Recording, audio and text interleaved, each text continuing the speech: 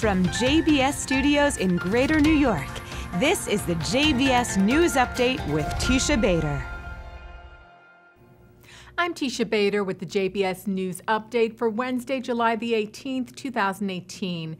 Terror group Hamas has reportedly told its members to stop flying arson balloons and kites over the Gaza security fence into southern Israel. The devices have sparked hundreds of fires on the Israeli side of the border, with thousands of acres of farmland, forest, and nature reserve destroyed. Palestinian paper Al-Quds said Hamas wants to avoid a war with Israel and has given instructions to slowly reduce the number of arson devices. However, Ynet reports that the Palestinians launching the devices in Gaza said they take orders from no one and that their, quote, peaceful resistance would continue. Earlier this week, Israel said it would close another border crossing into Gaza in response to the nonstop flaming devices, saying they are in violation of a ceasefire brokered by Egypt this weekend. Ynet also reported that Egypt was putting pressure on Hamas to stop launching the devices and to restore calm. Israeli Prime Minister Benjamin Netanyahu has warned that the IDF is ready for any scenario, suggesting Israeli military action if the incendiary kites and balloons continue. And U.S. Special Representative for International Negotiations Jason Greenblatt took to social media condemning Hamas for the burning kites and balloons, as well as for the barrage of rockets launched at Israel on Saturday. He wrote, "What part of sending arson devices randomly at your neighbors is civilized or peaceful? These actions," he said, "only lead to the disastrous escalation of violence and more people left suffering under failed governance. Hamas is hurting everyone." Hungary's Prime Minister Viktor Orban arrived in Israel this evening, his first visit to the Jewish state. Orban is not without controversy. Last year, he praised former Hungarian leader Miklos Horthy at a ceremony in his honor. Horthy was known as an anti-Semite who collaborated with the Nazis during the Holocaust. At the same time, Orban has said that anti-Semitism would not be tolerated in Hungary, something he told Prime Minister Netanyahu when he visited Budapest exactly a year ago. Israel's foreign ministry released a statement meant to allay concerns about the Hungarian leader, saying Orban has pledged to defend Hungary's Jewish community and has expressed regret over Hungary's actions during the Holocaust. Orban's two-day Israel visit will center on Jerusalem, with visits to the Knesset, Israel's memorial to the Holocaust Yad Vashem, and the Western Wall. Israel signed an agreement today with the European Union's law enforcement agency. It was signed by Israeli Police Commissioner Roni Al-Sheikh and Europol's Executive Director Catherine Dabal in The Hague, and is aimed at strengthening cooperation in the joint fight against terrorism and organized crime.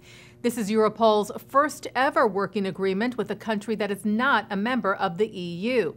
According to a statement released by Interpol, Al-Sheikh said the agreement will enable the investigations and intelligence division of the Israel National Police to advance its capabilities to deal in the best way possible with new threats in the field of organized crime, cybercrime exploited by international criminal and terrorist elements, fighting terrorism in its various forms, and crime that crosses borders in the field of social economies. Jews and politicians across Great Britain are outraged at the decision last week of its Labour Party not to adopt the full International Holocaust Remembrance Alliance's working definition of anti-Semitism, which has been widely accepted by governments around the world. Last week, a Labour Party committee decided not to adopt parts of the definition that related to Israel. Yesterday, Labour's National Executive Committee said they would let that decision stand. British Prime Minister Theresa May said her political rivals were trying to, quote, redefine anti-Semitism. UK Chief Rabbi Ephraim Mervis wrote in a letter that adoption of Labour's new alternative to the internationally accepted IHRA definition will send an unprecedented message of contempt to the Jewish community. A joint statement of the Jewish Leadership Council, the Board of Deputies of British Jews, and the Community Security Trust stated that Labour, for so long a party that put equality and inclusion at the center of its values, has today decided to claim that it understands anti-Semitism better than the victims of this vile prejudice and to set its face against the clear views of the Jewish community. And in turning to some sports news, the Houston Astros were victorious last night in the All-Star Game in Washington, D.C., winning 8-6 over the National League after Jewish third baseman Alex Bregman broke a 10th inning tie. This was Bregman's first All-Star game, and he was named the game's most valuable player.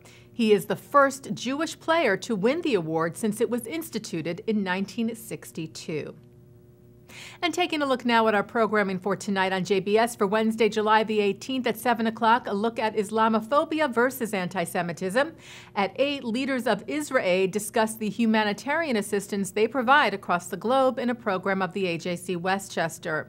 At 9 o'clock, Mark Golub sits down with author Tuvia Tenenbaum on L'chaim. At 10, a look at how memory works from Limud, New York. And coming up right after this newscast tonight at 6:30, it's Thinking Out Loud with Micah Halpern. And that's the JBS News Update for Wednesday, July the 18th, 2018. I'm Teisha Bader.